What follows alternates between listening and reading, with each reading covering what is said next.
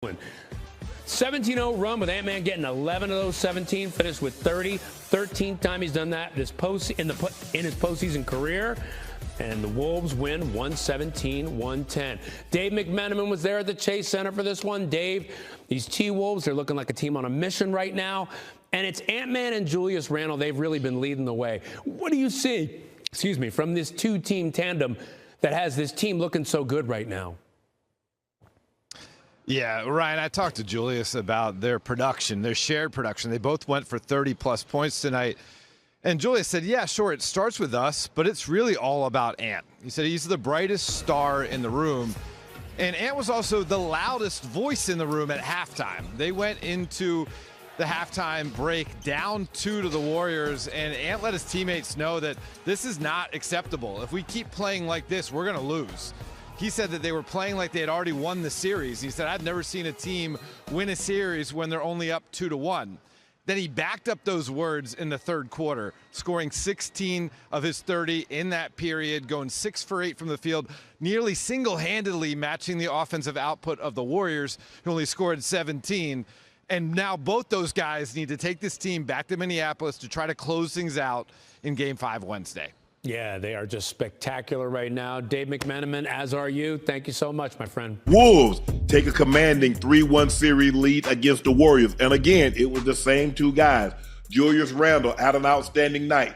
31 points, 5 rebounds, 3 assists, 1 steal, 1 block. Ant-Man went crazy in the third quarter. He had 30 points, 4 rebounds, 4 assists, and that was enough to push them past the Steph Curry-less Warriors. I don't know what's going on. I don't know what happened with Jimmy Butler tonight. He knows 9 shot attempts ISO is not nearly enough. Kuminga came to play. Kuminga gave him 23 points off the bench. He was 6 of 13, 11 of 12 from the free throw line.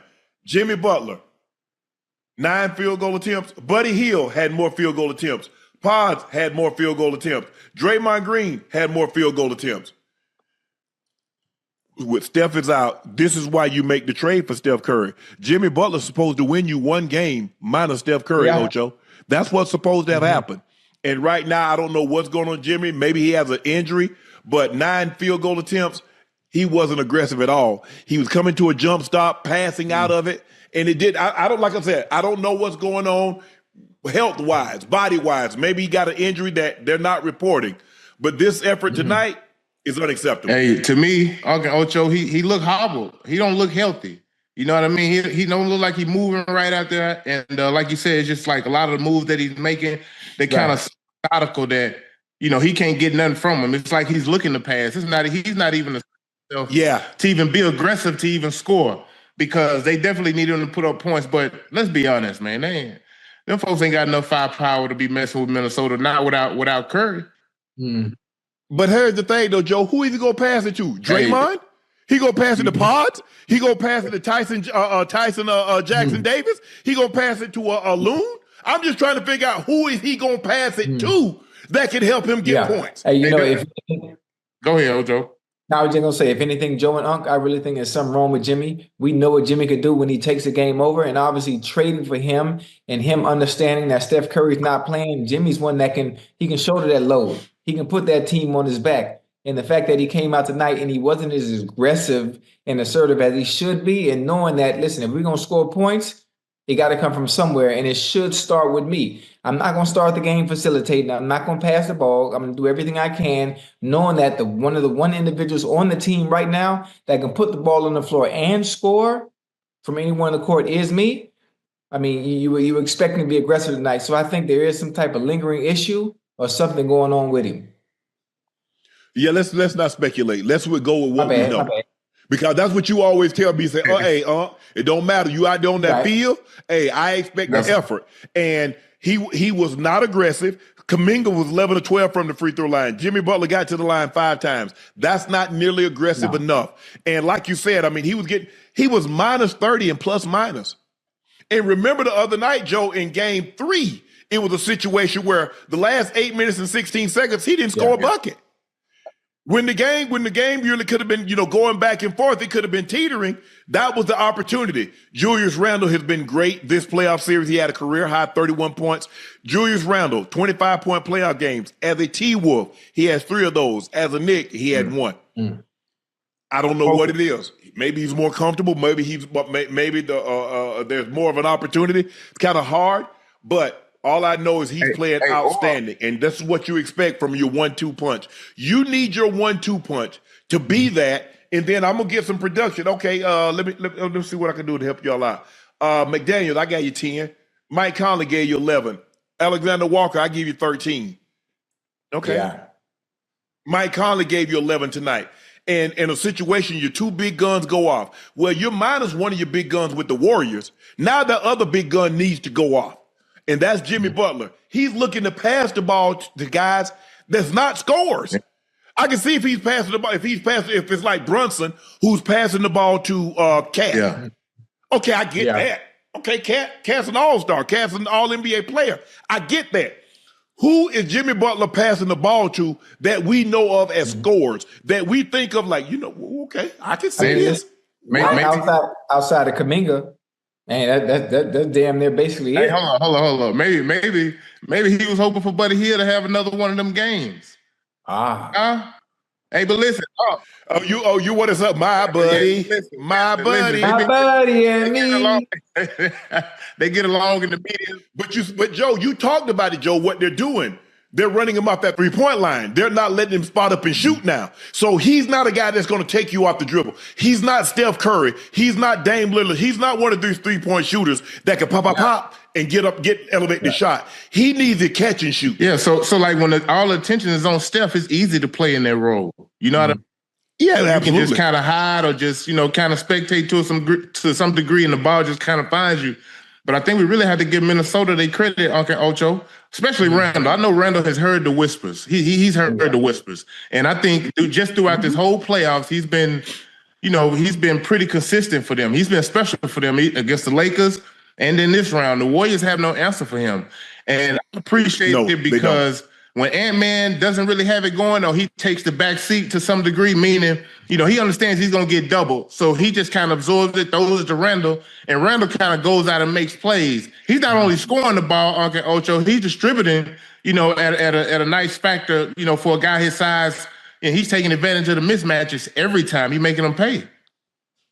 Yeah, Drew Randle had to go early. He had like 19 points early, so he got it going early. Everybody took a back seat. But the problem that the Warriors have, the goat that T-Wolves can do is that they don't have to double anybody. There's no Steph on the court.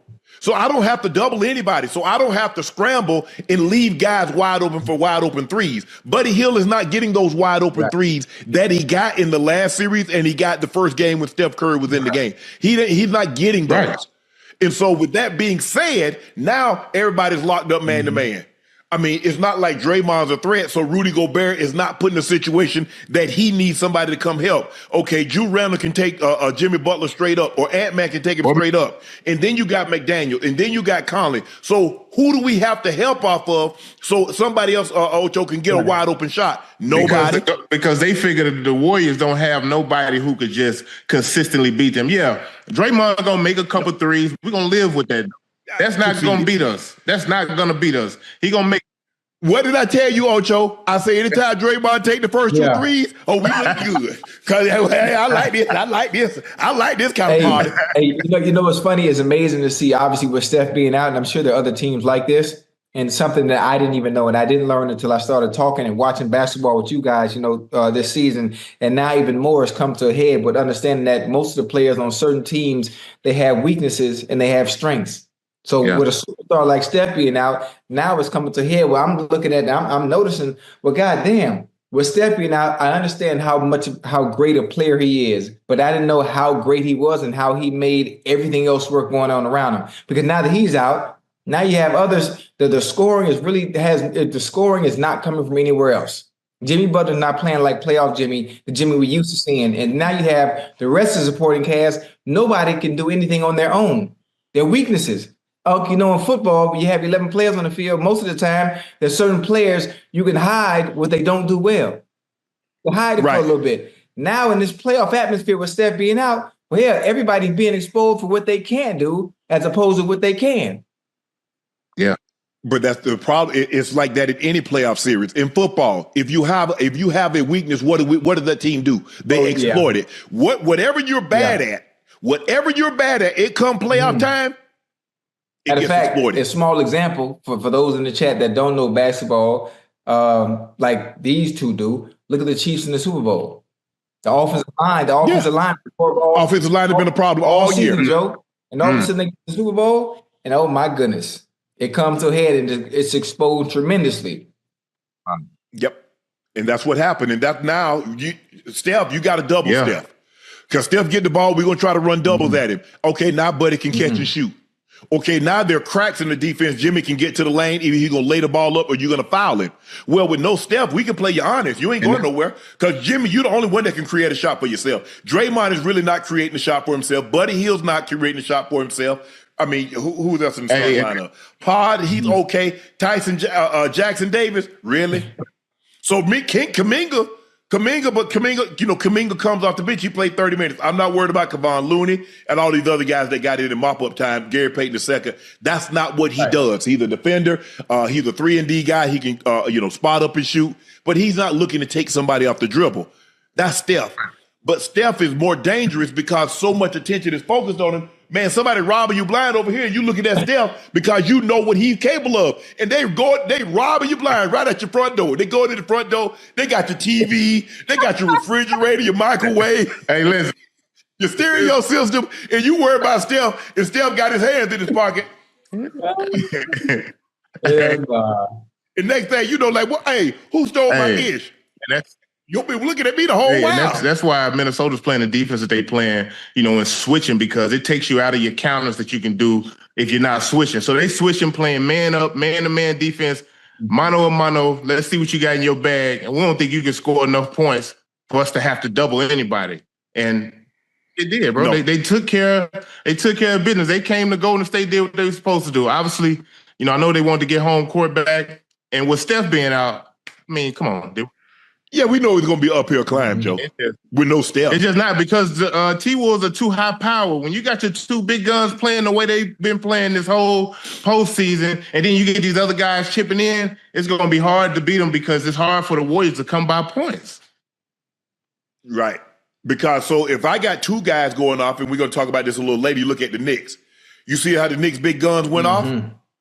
Okay, we're gonna offset JT. We'll talk about him in a minute. We're gonna offset JT. We'll offset Derek White. Okay, so Brunson go get his, and now Cat get his, and now you let OG get his, you let Mikal Bridges get his. You can't overcome that. It's gonna be somebody. So now you got Jules Randle and what you call him combining for 61. Okay, I need Jimmy to at least give me 30, 35.